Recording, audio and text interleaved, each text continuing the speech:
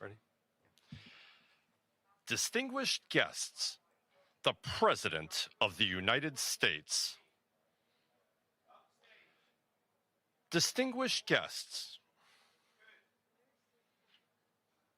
Distinguished guests, the President.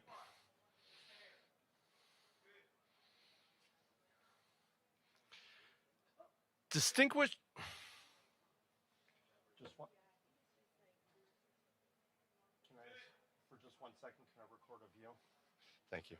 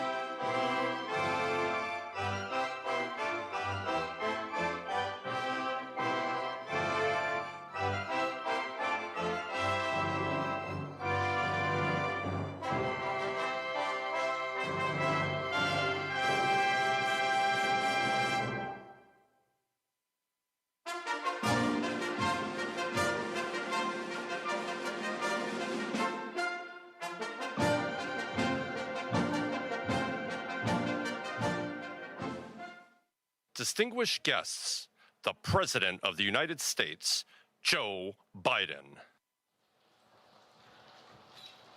Hey, buddy. Thank you. Please be seated. Well, good evening. We just concluded this year's NATO summit, and the consensus among the members was it was a great success. It was especially momentous because it represented the 75th year of the most important military defense alliance in the world's history of the world.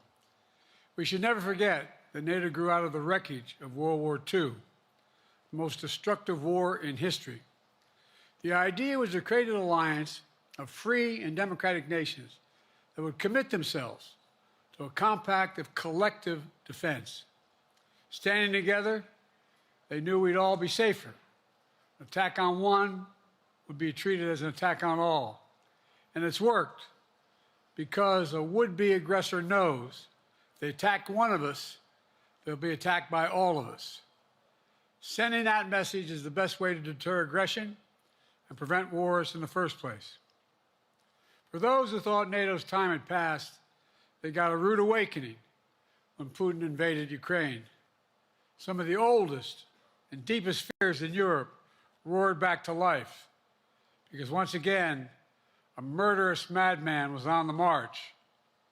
But this time, no one cowered in appeasement, especially the United States.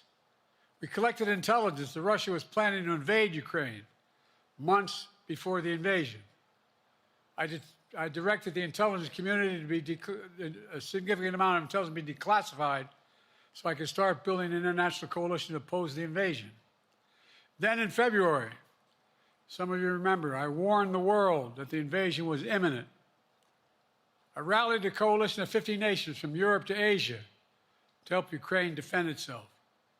Many foreign policy experts thought as Putin amassed Russian forces just 100 miles north of Kyiv, the capital of Ukraine, but Putin thought it was the mother home of Russia. The capital would fall in less than a week. But the Ukrainian people, backed by a coalition to help build, stopped them. Today, Kyiv still stands, and NATO stands stronger than it has ever been. During the week of this summit, several heads of states made it a point in their statements to thank the United States and to thank me personally for all that NATO has achieved. NATO is not only stronger, NATO is bigger because we led the charge to bring in Finland and Sweden into the alliance, and it makes a gigantic difference. Excuse me. Meanwhile, my predecessor has made it clear he has no commitment to NATO. He's made it clear that he would feel no obligation to honor Article 5. He's already told Putin, and I quote, "Do whatever the hell you want."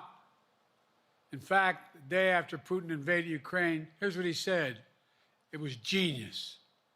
It was wonderful. Some of you forgot that, but that's exactly what he said. But I made it clear a strong NATO is essential to American security. And I believe the obligation of Article 5 is sacred. And I would remind all Americans, Article 5 is invoked only once in NATO's long history, and that was to defend America after 9/11. I made it clear that I will not bow down to Putin. I will not walk away from Ukraine. I will keep NATO strong.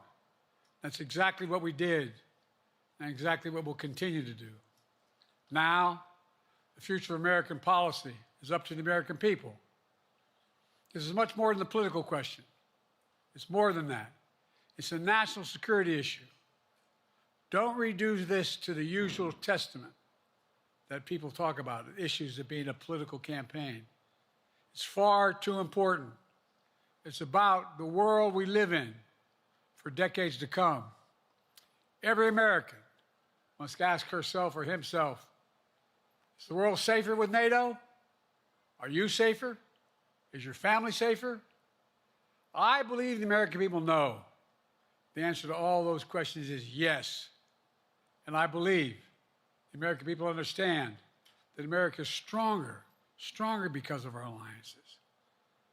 I believe the American consensus from Truman to Reagan to me still holds today. America cannot retreat from the world. We must lead the world. We are an indispensable nation, as Madeleine Albright wrote. Now let me turn to three other key issues. Just this morning, we had a great economic report showing inflation is down. Overall prices fell last month.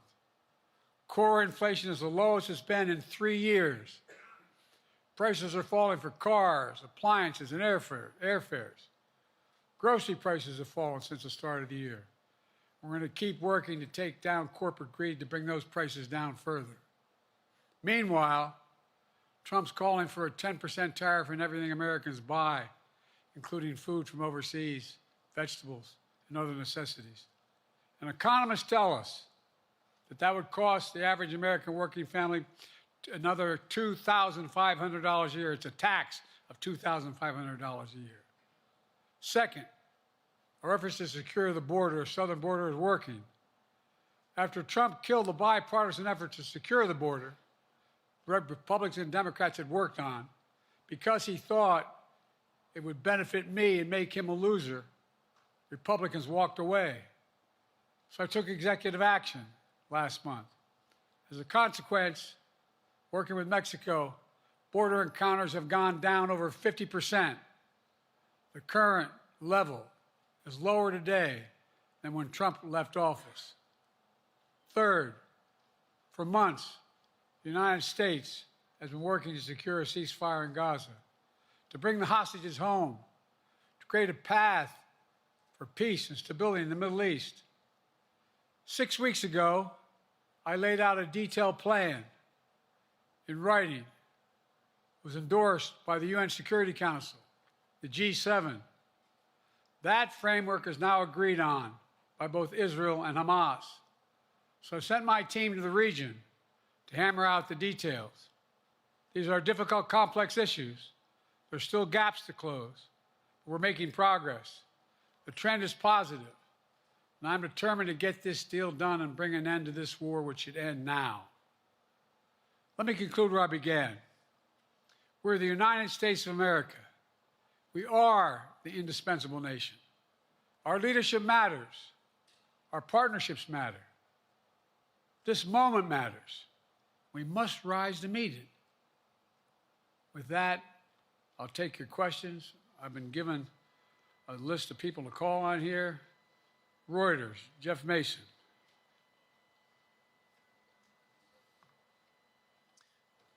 Mr. President, your political future has hung over the NATO summit a little bit this week. Speaker Pelosi made a point of suggesting that your decision on whether to stay in the race was still open. George Clooney and a handful of lawmakers have called on you to step aside. Reuters is reporting tonight that UAW leadership is concerned about your ability to win. UAW just endorsed me, but go ahead. Thank you. My question for you is, how are you incorporating these developments into your decision to stay? And separately, what concerns do you have about Vice President Harris's ability to beat Donald Trump if she were at the top of the ticket? Look, I wouldn't have picked Vice President Trump to be vice president until I think she was not qualified to be president. So let's start there. Number one. The fact is that the consideration is that I think I'm the most qualified person to run for president. I beat him once, and I will beat him again. Secondly, the idea, I served in the Senate a long time. The idea that senators and congressmen running for office worry about the ticket is not unusual. And I might add, there are at least 5 presidents running or incumbent presidents who had lower numbers than I have now, later in the campaign. So there's a long way to go in this campaign. And so I'm just going to keep moving. And because, look, I got more work to do. We've got more work to finish. There's so much, we've made so much progress. Think about it. Think about where we are economically relative to the rest of the world. Name me a world leader who wouldn't want to trade places with our economy. We've created over 800,000 manufacturing jobs, 1.5 million, so things are moving. We got more to go. Working class people still need help. Corporate greed is still at large. Their prices, the corporate profits have doubled since the pandemic. They're coming down, and so I'm optimistic about where things are going. Danny Kemp, AFP. Thanks. Thank you, Mr. President. I wanted to ask you about your, you mixed up Presidents Zelensky and Putin earlier today. And you now have sort of your key allies, including the British Prime Minister, the President of France, the German Chancellor having to step in and make excuses for you on that. Officials here are saying off the record that your decline has become noticeable.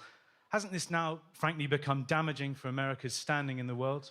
Thank you. Did you see any damage to our standing in my leading this conference? Have you seen a more successful conference? What do you think?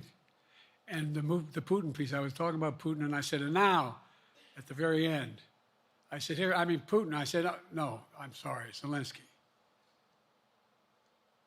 And then I added 5 other names. Look, guys, the idea anybody suggests that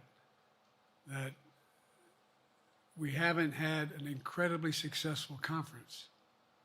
How many times did you hear in that conference, I know it sounds too self-serving, but other leaders, heads of state, in thanking me, saying the reason we're together is because of Biden, because Biden did the following. Look, folks, this is, well, anyway, I thought it was the most successful conference I've attended in a long time, and find me a world leader who didn't think it was. Next one, Nancy Cordes, CBS. Thank you, Mr. President. You mentioned other instances in history where presidents have faced a challenge, but what makes this moment in history so unique is that it is not your enemies who are calling on you to reconsider your decision to stay in the race. It's your friends, supporters, people who think you've done a great job over the past 4 years. Have you spent time thinking about what it would mean for your legacy, which you've worked decades to build, if you stay in the race, despite the concerns that voters say they have, and you lose to someone who you yourself have argued is unfit to return to the Oval Office? Well, look, I'm not in this for my legacy. I'm in this to complete the job I started. As you recall, understandably, many of you and many economists thought my initial initiatives that I put forward, can't do that, it's going to cause inflation, things are going to skyrocket, the debt's going to go up. What are you hearing now from mainstream economists? 16 economic Nobel laureates said I've done a hell of a job. That under my plan so far and what's going to happen in the future if I'm reelected, that things are going to get much better. Our economy is growing. I was determined when I got elected to stop the trickle-down economic theory, that if the wealthy did very well, everybody else would do well. My dad was a well-read, decent guy. I don't remember much trickling down on his kitchen table. Middle-class people and working-class people need help. And so what happened is I decided to was able to implement as president what I believed when I was a senator. And that is that the way to build this economy is from the middle out and the bottom up. That way we grow the economy. And the wealthy still do very well. They do fine. And guess what? Find me an mainstream economist who said we haven't done well. What have we not done that isn't working right now? And so we got more to do, though. We got to finish the job. And by the way, I come from the corporate state of the world. Delaware has more corporations registered in Delaware than every other state in the nation combined. I'm not anti-corporate, but corporate profits have doubled since the pandemic, doubled. It's time things get back in order a little bit. It's time, for example, if I'm reelected, we're going to make sure that rents are kept at 5% increase, corporate rents for apartments and the like and homes are limited to 5%. We're going to make a lot of changes that I've been talking about because we're going to continue to grow this economy. And by the way, remember how I got so roundly criticized for being so pro-union, not labor, union. Well, guess what? I've been the most pro-union labor president in history. Not a joke. And guess what? We had the Treasury Department do a study. When unions do better, everybody does better. Everybody does better. And we talk about how, for example, remember when we talked about getting the computer chip industry back in the United States? Used to be 40% of the industry. We invented the chip. 40% of the industry was in the United States. And former presidents decided that the best way to do it is find the cheapest labor in the world, send the product over there, and import what the product was. And so what did I do? I was told not to go over to to Asia, including Europe, but Asia. And I remember going to South Korea, convincing them to invest $20 billion in the United States to build computer chip factories. And I asked why when they finally decided to do it. And the answer was because you have the safest economy in the world and you have the best workers in the world. So the whole idea here is we've invested, there's over $50 billion in investment in computer chip manufacturing just coming in the bean. None of you thought that would happen. None of you thought that would happen. But it's happening. It's happening. And it's going to grow economies.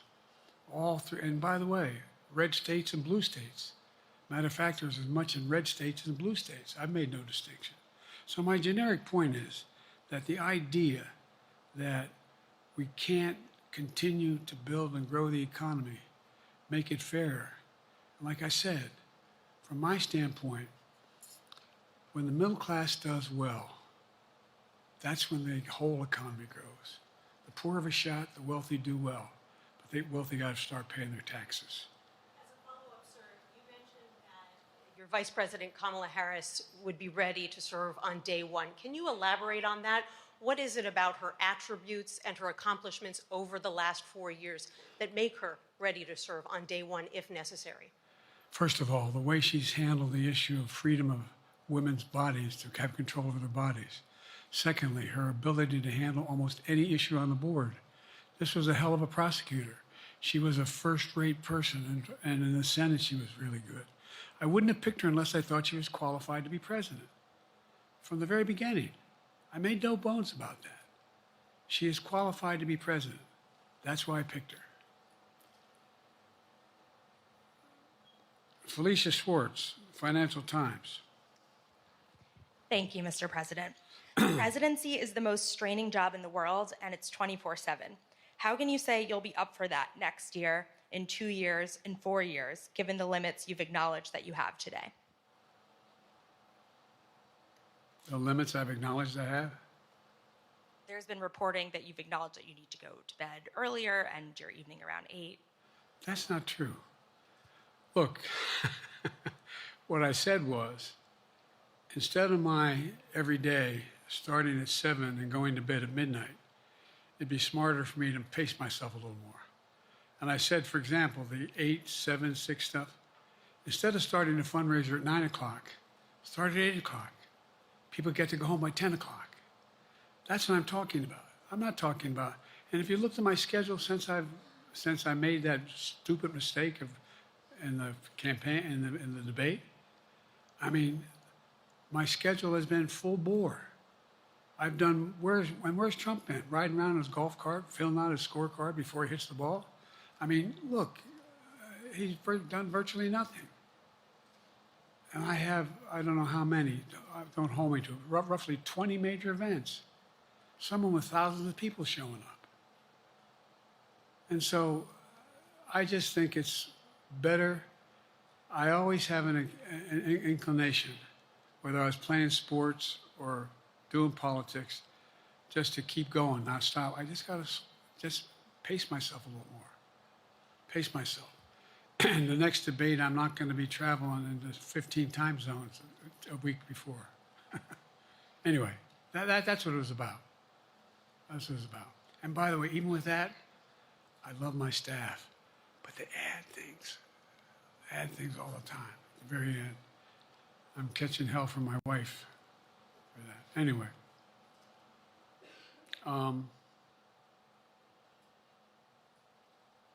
I'm sorry, Zeke Miller, Associated Press. Thank you, Mr. President. Two questions for you. First, on the NATO summit, President Zelensky, in your meeting with him, he pressed you to lift your limitations on the Ukrainian use of American weapons, saying that, in his public remarks afterwards, saying that Ukraine cannot win the war unless those limitations are lifted. Are you reconsidering your position on that? And then secondly, following up on Felicia's question there, leaders of your own party have said that they're not worried about that debate. They're worried about the next bad night and the bad night after that. How can you reassure the American people that you are up to the task and that there won't be more bad nights at a debate stage or somewhere else? First thing about Zelensky asking for the ability to strike deep into Russia.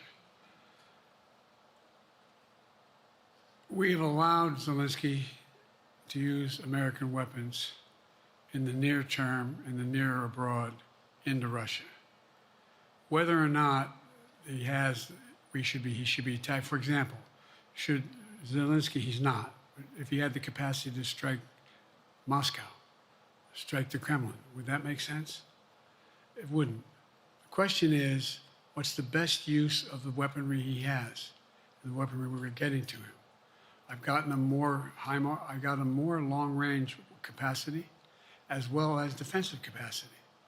And so our military is where I'm following the advice of my commander-in-chief, the chief of staff of the military, as well as the Secretary of Defense and our intelligence people.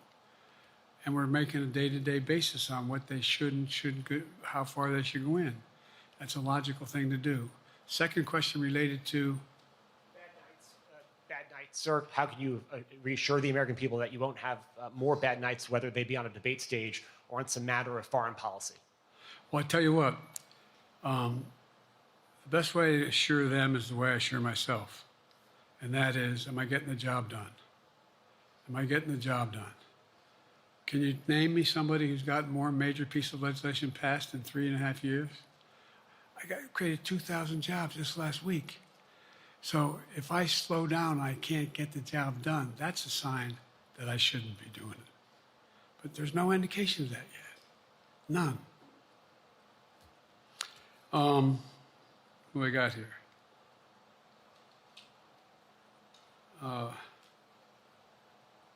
Merrick, Pulaski Radio. Thank you, Mr. President. How are you? I'm well. The elections in the US have consequences around the world. You have pretty high standing in Europe. I just asked President Macron about you, and he said we are happy to have him as the President of the United States. But there is a concern.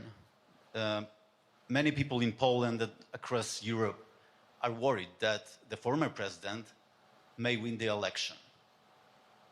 And there's a lot of concern that Donald Trump may weaken NATO, stop supporting Ukraine, or push Ukraine to give up territories to Russia. They're correct. And yourself was warning just 2 minutes ago about it. So my question is, do you think that Europe will be left on its own if Donald Trump wins the election? And what's your advice to European leaders to prepare for possible US disengagement? Well, look, I think, how can I say this without sounding too self-serving?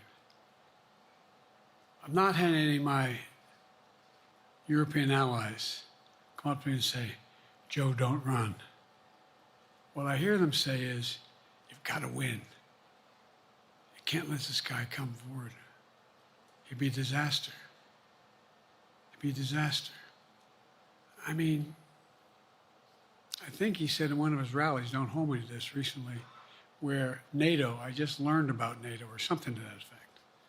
Foreign policy has never been his strong point. And he seems to have an affinity to people who are authoritarian. That worries, as I tell you from Poland, that worries Europe. That worries Poland. And nobody, including the people of Poland, think that if he wins in Ukraine, he's going to stop in Ukraine, that that's going to be the end of it. And so what I can say is, I think I'm the best qualified person to do the job, to make sure that Ukraine does not fall, that Ukraine succeeds, that the European alliance stays strong. You may recall, no one was talking about Finland joining NATO. I remember talking to Putin right after we got elected in Geneva, and he was talking about what we should do. We couldn't be in Eastern Europe, et cetera. And I said, you're looking for the Finlandization of Ukraine. I said, you're going to get the NATOization of Finland. And about 4 weeks later, I got a call. No, that's not true. Probably 5 months later, from the president of Finland, could he come and see me? In my office, I invited him to the Oval Office. We sat down and talked. He said he wanted to join NATO. Could I help? And I did. It wasn't automatic. And then I got a call from the Swedes. I beg your pardon?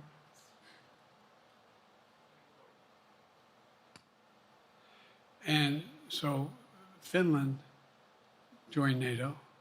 800-mile border is a significant, and they were already allies, but they weren't part of NATO. And you heard, I think you heard, maybe, I can't recall what he said in public in our closed meeting, but he wouldn't mind it being repeated.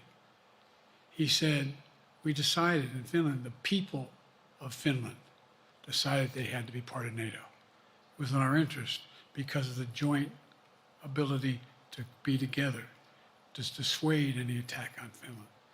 And the same thing with Sweden. It took a lot of selling to some folks, particularly in Turkey and other places, to agree to the expansion. But it expanded. And we're a hell of a lot stronger because of it. We're more secure because of it. And by the way, I was able to get 50 other nations, 50, to support Ukraine.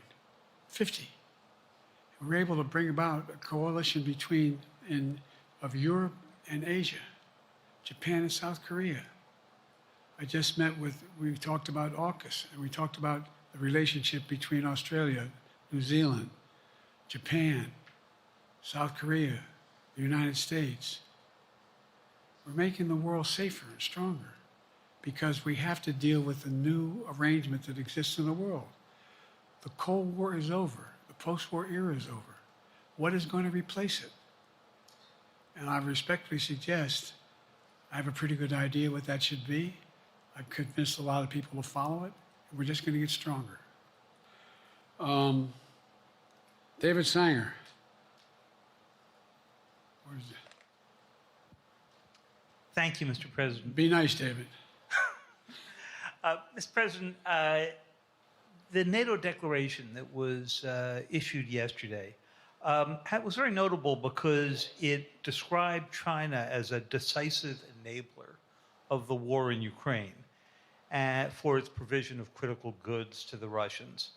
That's part of a broader partnership that seems to have cemented in place in the past 2 or 3 years. I think one that you were a little bit doubtful of when we asked you about it some time ago. So I'd be interested to know whether you have a strategy now of trying to interrupt the partnership between China and Russia, and whether or not in a second term you would pursue that, if you could describe that strategy to us. And along the way, could you also tell us whether you think, just to follow up on Felicia's question, that if you were in a room with Vladimir Putin again, the way you were 3 years ago, or with President Xi, that a few years from now you will be able to go negotiate with them, handle them one-on-one? Well, the first part of the question is, we discussed and I raised in the NATO summit, and others raised, the future of China's involvement, what they're going to do, what they're doing with Russia in terms of accommodating, facilitating, They're getting access to additional. They're not supplying weapons themselves. They're supplying mechanisms for them to be able to get weapons. And China's position is basically, and I've spent more time with Xi Jinping than any world leader has, over 90 hours since being vice president all the way through, for real. And by the way, I handed all my notes. But my point is that Xi believes that China is a large enough market that they can entice any country, including European countries, to invest there in return for commitments from Europe to do A, B, C, or D, or not to do certain things. What's happened is we had a long discussion about what we have to make clear. China has to understand that if they are supplying Russia with information and capacity, along with working with North Korea and others to help Russia in armament, that they're not going to benefit economically as a consequence of that by getting the kind of investment they're looking for. And so, for example, we're in a situation where, and we've reestablished direct contact with China after that, remember the balloon, quote unquote, going down, and all of a sudden things came to an end? Well, we set up a new mechanism. There's a direct line between Xi and me, and our military has direct access to one another, and they contact one another when we have problems. The issue is that we have to make sure that Xi understands there's a price to pay for undercutting both the Pacific Basin as well as Europe, and as it relates to Russia and dealing with Ukraine. And so for example, if you want to invest in China, as you know this area really well. If you want to invest in China, you have to have a 51% Chinese owner. You have to make sure that you do by their rules. And you don't have the authority, and you have to provide all access to all the data and information you have. There was a while there, as you recall, the last administration and other administrations, where the access to that market was enticing enough to get companies to come in because they had access to over 1 billion people in a market, not 1 billion, but a lot of people in the market. And so they were doing it. But that got curtailed when we started saying we're going to play by the same rules. For example, the idea they don't abide by the international rules related to subsidizing products by the government funding. So guess what? They're not going to be able to export their electric vehicles to the United States without a significant tariff. Others are doing the same thing around the world. But it is a concern. It is a concern that you have both China, North Korea, Russia, Iran, countries that are not necessarily coordinated in the past, looking to figure out how they can have impact. Interrupt that impact? Yes, I do, but I'm not prepared to talk about the detail of it in public. And I think you'll see that some of our European friends are going to be curtailing their investment in Russia. In China, as long as China continues to have this indirect help to Russia in terms of being able to help their economy as well as help them as a consequence of that, their ability to fight in Ukraine. The other thing that we talked a lot about is that, and I raised it, and I didn't hear any. I can't swear that everyone agreed because not everyone got to talk about it, but we need a new industrial policy in the West. For example, we talked about how both the EU as well as NATO has to be able to begin to build their own munition capacity, has to be able to generate their own capacity to provide for weapons and the ability to, it came as a surprise to some of us how we had fallen behind in the West in terms of the ability to construct new material, new weaponry, new everything from vehicles to weapon systems. And so one of the things that came out of this was we're going to be meeting again with a number of my colleagues, my European colleagues, is what do we do to increase the capacity of the West, particularly in Europe and Japan, to be able to generate the kind of ability to produce their own weapon systems. Not just for themselves, but to be able to generate that. It's the same, it's what Russia's trying to figure out. That they went to China and they didn't get the weapons, but then they went to North Korea. But we're going to be in a position where the West is going to become the industrial base for it to be able to, the ability to have all the defensive weapons that we need. That was a discussion as well. Mr. President, I'm not sure you answered on whether you would be ready to go deal with Putin and Xi 2 or 3 years from now. I'm ready to deal with them now and 3 years from now. Look,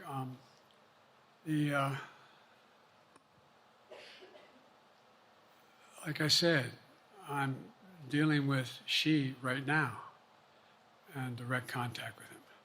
I have no good reason to talk to Putin right now. There's not much that he is prepared to do in terms of accommodating any change in his behavior. And, but there isn't any world leader I'm not prepared to deal with. But I understand the generic point is Putin ready to talk? I'm not ready to talk to Putin unless Putin's ready to change his behavior. And the idea, look, Putin's got a problem. First of all, in this war that he is supposedly have won, and by the way, I think, don't hold me to the exact number, but I think that Russia had 17.3% of Ukraine that they conquered. Now it's 17.4. I mean, in terms of percentage of territory. They've not been very successful. They've caused horrible damage, loss of life, but they've also lost over 350,000 troops, military, killed or wounded. They have over 1 million people, particularly young people with technical capability, leaving Russia because they see no future there. They've got a problem. But what they do have control of is they are very good at controlling and running the public outcry that relates to how they use mechanisms to communicate with people. They lie like hell through the constituencies. They lie like hell about what's going on. And so the idea that we're going to be able to fundamentally change Russia in the near term is not likely. But one thing for certain, if we allow Russia to succeed in Ukraine, they're not stopping in Ukraine. I recommend, I know you know this because you've written about it, read Putin's speech after they moved in, what it was all about in Kyiv. It wasn't about just, anyway, read what his objective is. And anyway, but so I think that I'm prepared to talk to any leader who wants to talk, including if Putin called me and wanted to talk. Last time I talked to Putin was trying to get him to work on an arms control agreement related to nuclear weapons in space. That didn't go very far. So my point is, I'm prepared to talk to anybody, but I don't see any inclination. There is an inclination on the part of the Chinese to keep in contact with me because they're not sure where this all goes. And look what's happened in Asia. We have strengthened the Asian Pacific area more than anybody else has. We just put together with, today I brought on, I asked our NATO allies that we bring on the group from the South Pacific, Australia, New Zealand, Japan, Australia. I already mentioned Australia. And I met twice now, I think, with the 14 leaders of the Pacific Island nations. And we've slowed down what's going on there. We've slowed down China's reach. But there's a lot of work to do. This is a moving target, and I don't take it lightly.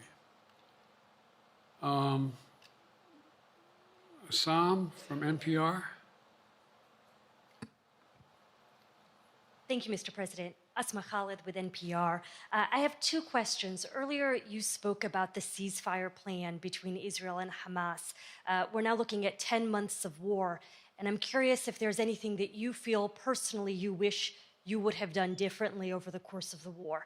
And then secondly, if I may, I wanted to ask you about your presidential campaign. I remember covering your campaign in 2020, and there was a moment where you referred to yourself as a, quote, bridge candidacy, a transition to a younger generation of leaders. I want to understand what changed. Two things. Let's go back to when you talked about would I have changed anything that's happening with Israel and the Palestinians and the Palestinian movement. The answer is, as you recall, from the very beginning, I went to Israel, but I also got immediate contact with al-Sisi in Egypt. I met with the King of Jordan. I met with most of the Arab leaders to try to get a consensus going as to what had to be done to deal with getting more aid and food and medicine into the Gaza Strip. And we pushed it really hard. And Israel occasionally was less than cooperative, number one. The Israeli War Cabinet, I've been dealing with Israel since Golda Meir. Some of the reporters around here cover me all the time have heard me say this. The first time I met with Golda Meir, I sat across from her at her desk, and her assistant was Rabin sitting next to me. That's how far back I go. I know Israel well, and I support Israel. But this war cabinet is one of the most conservative war cabinets in the history of Israel. And there's no ultimate answer other than a two-state solution here. And so what was able to be done in terms of the plan I put together was it would be a process for a two-state solution. And we get the Arab nations to, particularly from Egypt all the way to Saudi Arabia, to be in a position where they would cooperate in the transition so that they could keep the peace in Gaza without Israeli forces staying in Gaza. The question has been from the beginning, what's the day after in Gaza? And the day after in Gaza has to be, the end of the day after has to be no occupation by Israel on the Gaza Strip, as well as the ability for us to get in and out as rapidly as you can, all that's needed there. I've been disappointed that some of the things that I've put forward have not succeeded as well, like the port we attached from Cyprus. I was hopeful that would be more successful.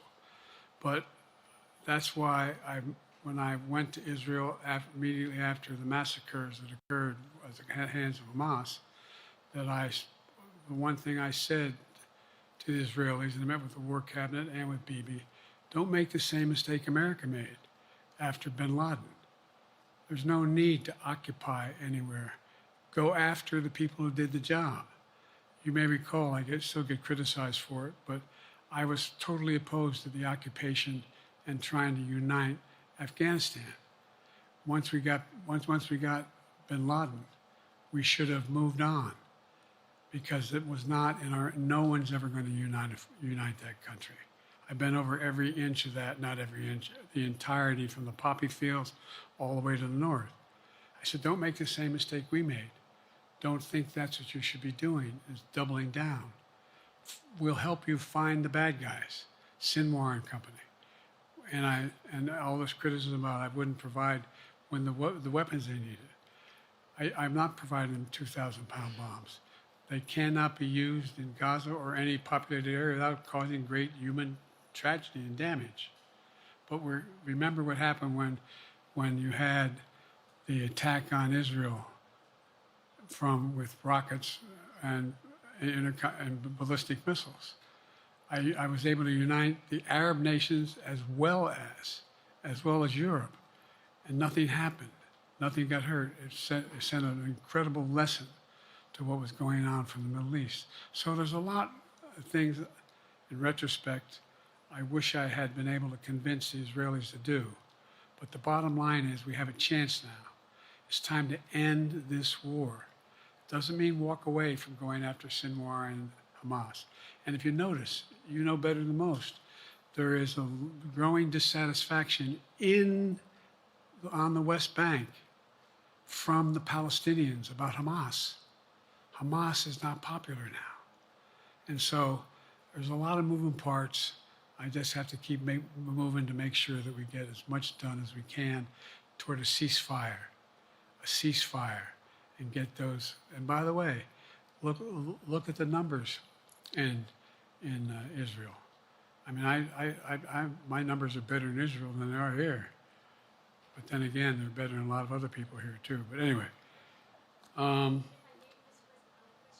Bridge candidacy in 2020, you referred to yourself as being a bridge candidate for a younger, fresher generation of Democratic leaders, and I wanted to know what changed.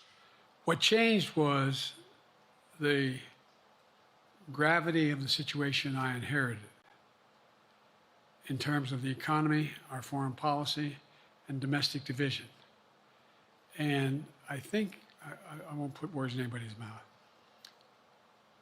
Most presidential historians give me credit for having accomplished more than most any president since Johnson and maybe before that to get major pieces of legislation passed. And what I realized was my long time in the Senate had equipped me to have the wisdom to know how to deal with the Congress, to get things done. We got more major legislation passed that no one thought would happen. And I want to finish it, to get that finished.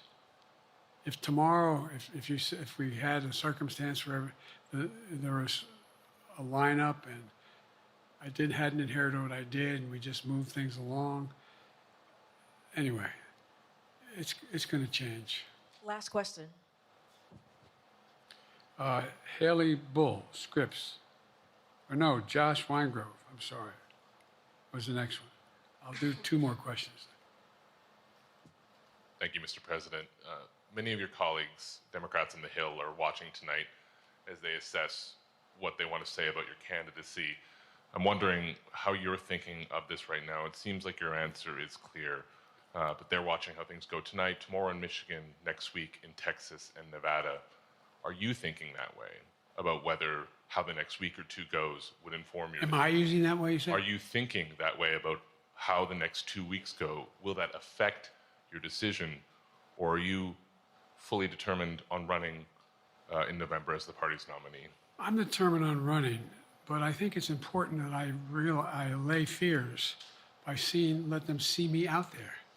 Let me see them out. You know, for the longest time it was, you know, Biden's not prepared to sit with us unscripted. Biden's not prepared to, anyway.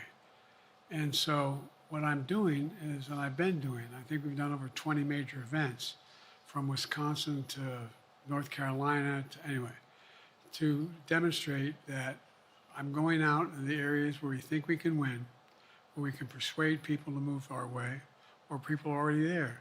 And here, look, the other thing is, we have the most extensive campaign organization of anybody's had in a long, long time. We have well over 1,000 volunteers knocking on doors, making phone calls, making tens of thousands of phone calls. We have headquarters. I forget exactly how many. I don't want to cite a number and then find out I'm off. But we have scores of headquarters in all the toss-up states. We're organized. We're moving. And that's awful hard to replace in the near term. And so, and here's the other thing. I was in the Senate a long time. Very proud of what I've done in the Senate. I was chairman of the Foreign Relations Committee for a long time, and I was chairman or ranking member and chairman of the Judiciary Committee. I'm going to be going down to the Johnson Library. Anyway, I'm going to be going around making the case of the things that I think we have to finish and how we can't afford to lose what we've done or backslide on civil rights, civil liberties, women's rights. There's that little button we have. Control guns, not girls. I mean, the idea We're sitting around. That's where Kamala's so good as well. We're sitting around. More children are killed by a bullet than any other cause of death.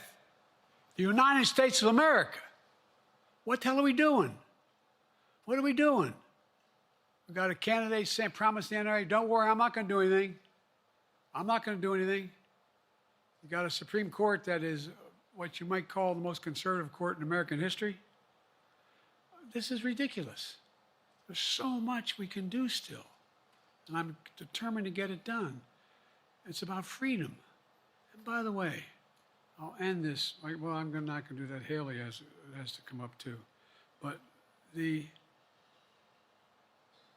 I remember I made a speech on democracy in Philadelphia at Independence Hall. And I'm not being critical, just observing. The bulk of the press said, what the hell is he talking about that for? Democracy. You did. Democracy is not an issue. Democracy is not an issue. Except the polling data showed 60% of the people knew I was right, thought I was right. I'm not asking you a question. You don't have to answer, obviously. But do you think our democracy is under siege based on this court?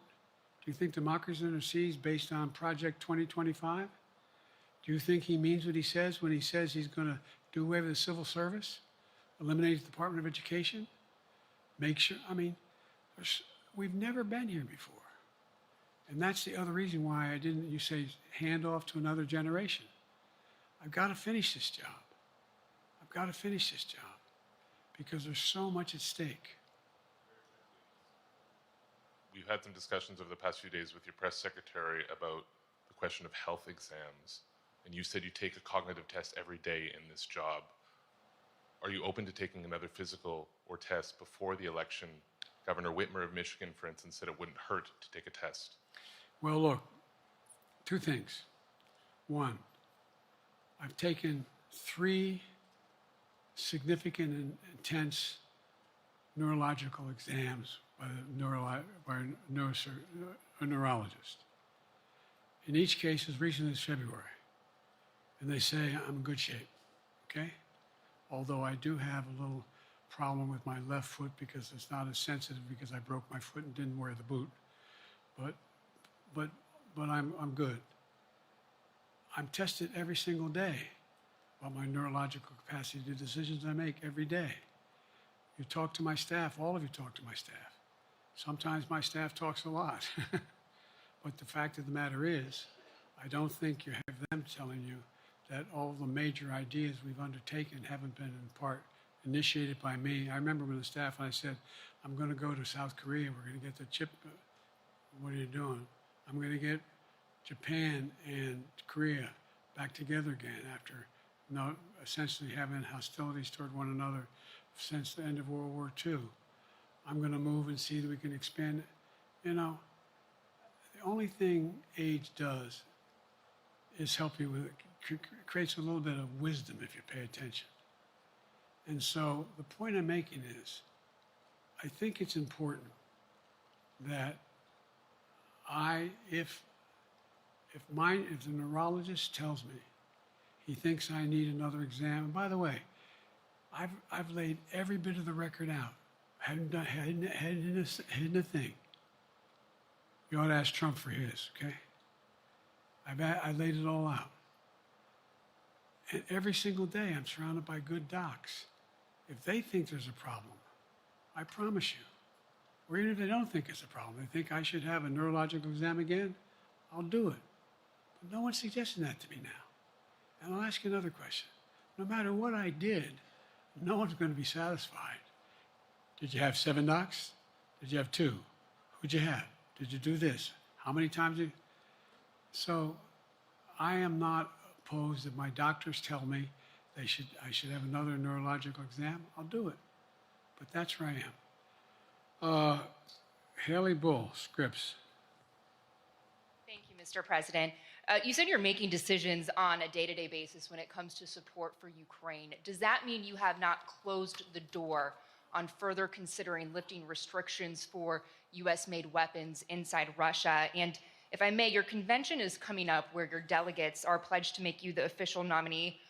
If they have second thoughts, are they free to vote their conscience? Obviously, they're free to do whatever they want, but I get overwhelming support. Overwhelming support. I won, I forget how many votes I won in the primary. Overwhelming. And so tomorrow, if all of a sudden I show up at the convention, everybody says, we want somebody else, that's the democratic process. It's not going to happen. Even if that means they vote for someone else? Sure. Look, I'll end this with this. I served in the Senate a long time.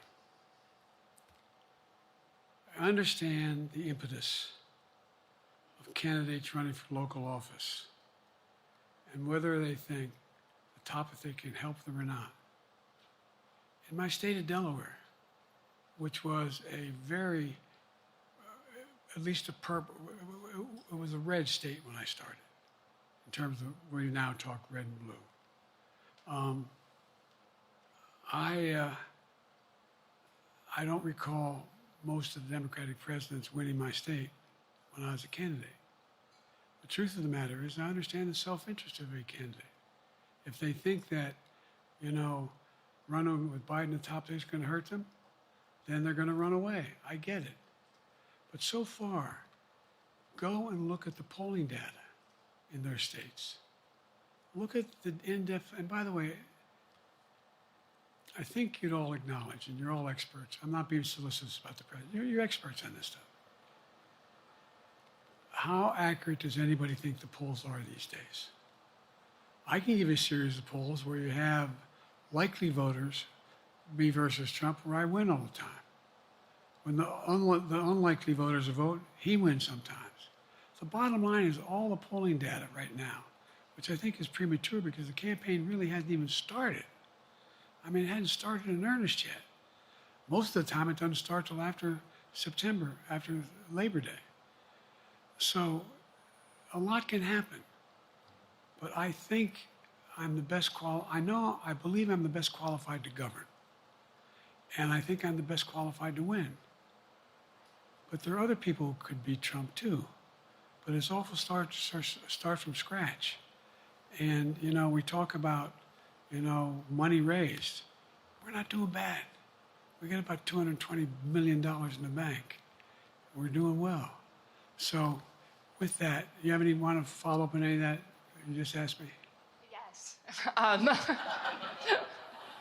You earlier explained confidence in your vice president. Yes. If your team came back and showed you data that she would fare better against former President Donald Trump, would you reconsider your decision to stay in the race? No, unless they came back and said, there's no way you can win. Me.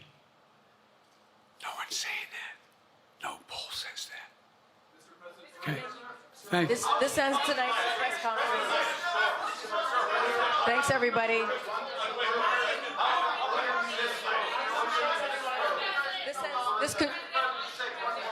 This concludes. Respectfully, earlier you misspoke in your opening answer. You referred to Vice President Harris as Vice President Trump. Right now, Donald Trump is using that to mock your age and your memory.